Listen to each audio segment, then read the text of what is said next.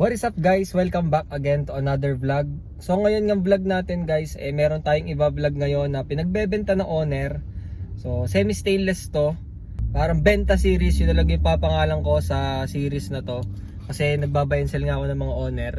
So yun, so bago kami pumunta ng Camellia, Lipa, doon kasi yung owner. So magme-merienda muna kami, kasama ko si Tate, pati si Daxe. Yun. So merienda muna kami. Sarap. Check. Chug.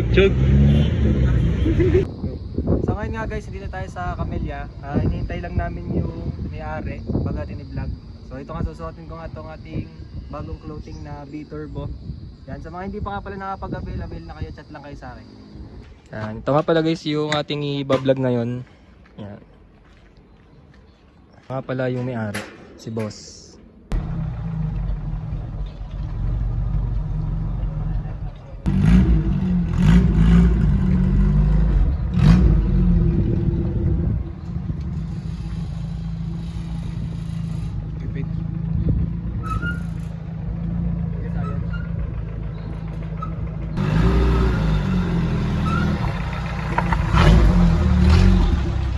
The hood, tingnan mo naman laman ng makina. Sobrang linis, tas ang kinis, makinang pa sa mata. Pag the hood, tingnan mo naman laman ng makina. Sobrang linis, tas ang kinis, makinang pa sa mata. Pag may sumubok ka habulin, makipag-iwanan. Dapat di ka pumapayag na gangdyan ka na lang. Itodo mo, giisa gadawin mo ang daan.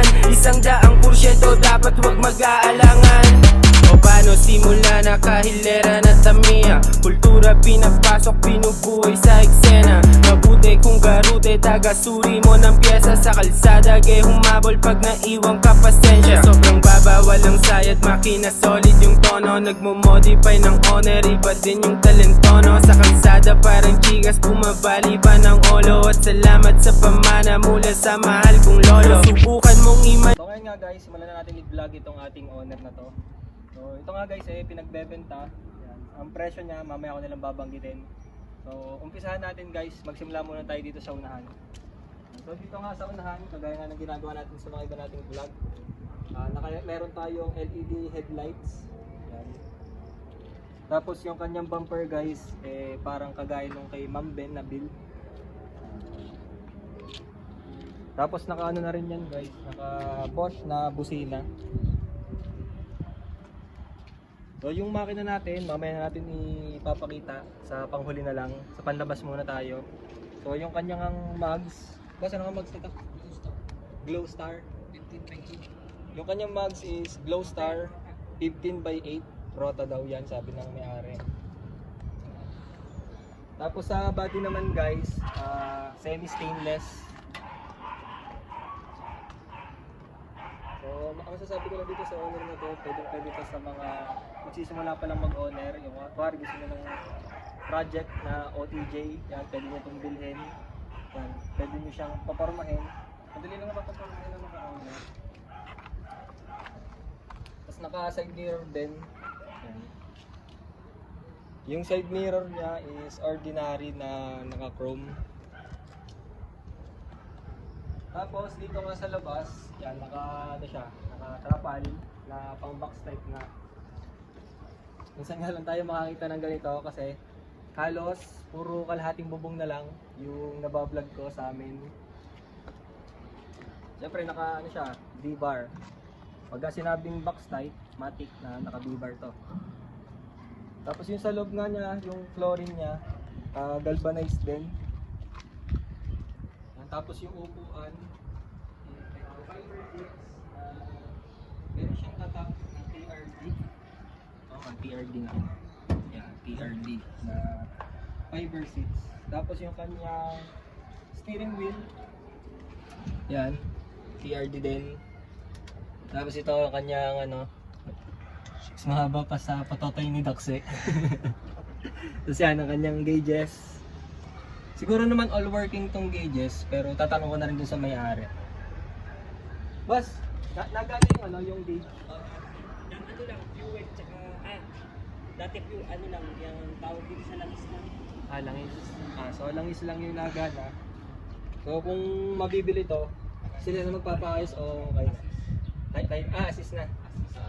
So hindi pala siya kasama sa pag-ayos kapag binili niyo to. Linya lang daw 'yon. Yun lang daw ang problema doon. Yeah.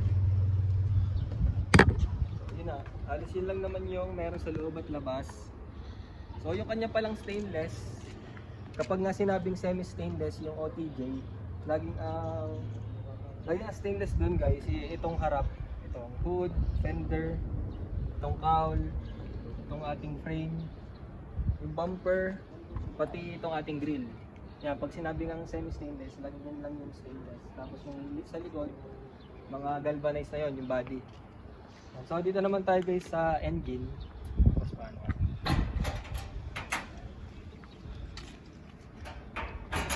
Tapos yung may-ari. So ito nga guys, 4K engine. So kung napapansin nyo nga to, bali binaba kasi yung tangke na ito, nilinis daw ni Bossing, kaya ngayon ito muna. Pero kapag naman guys binili nyo to, syempre iayusin nyo ni Bossing, ibabalik niyo yung mismong tangke. Nagkabiglaan lang kasi yung vlog namin, kaya hindi na naayos ni Bossing. So sa bibili nga, yan, kita nyo naman, pwede na namang i-detail yan. Kasi nung huling binenta namin na sa Lemery, yung sa Lemery yung kay Jermin Holgado, yung 4K na makina niya, nirepaint din namin. Halos kasing ganito rin yung itsura ng dati yung kay Jerwin, pero nagawa naman namin ng paraan, i-repaint nga yung cover, pati yung mismong black, na-repaint yun. So guys, pagdating nga sa papel, siguro si boss na ang papakita sa camera. Ikaw, Sar. Ikaw na. Hindi na. Ayun, nahiya ako. Nahihiya pala. So sa papel nga pala nito guys, kompleto naman yung papel niya, kaso nga lang unregistered. So sabi sa akin nung may-ari, mapapag-usapan naman daw sa price. So yung price nga nito guys is 135k. Yan, may bawas pa naman yon at negotiable pa. May bawas na negotiable pa. So kung interesado nga kayo guys na bilhin tong owner na to, yan, tumawag lang kayo dito. Yan, ako makakausap nyo. At yung presyo nga natin, ulitin ko, 135k. Yan. So negotiable pa yun guys. So thank you for watching. Don't forget to like, comment, share, and subscribe. Neho yung lakas niyang damahin. Di basta-basta yung presyo pero kayang abutin. Pag walang trapa lang presko, kantang to patugtugin. Tamang road trip mga tropa, sa likod pa sakayin. Walang kulay makinang yung naka-black top. Hanggang ilalim ang pulido nakaskabay. Walang kulay makinang yung naka-black top. Hanggang ilalim ang pulido nakaskabay. Pagkahood, tingnan mo naman laman ng makina. Sobrang linis, tas ang kinis, makinang pa sa mata. Pagkahood, tingnan mo naman laman ng makina. Sobrang linis, tas ang kinis, makinang pa sa mata.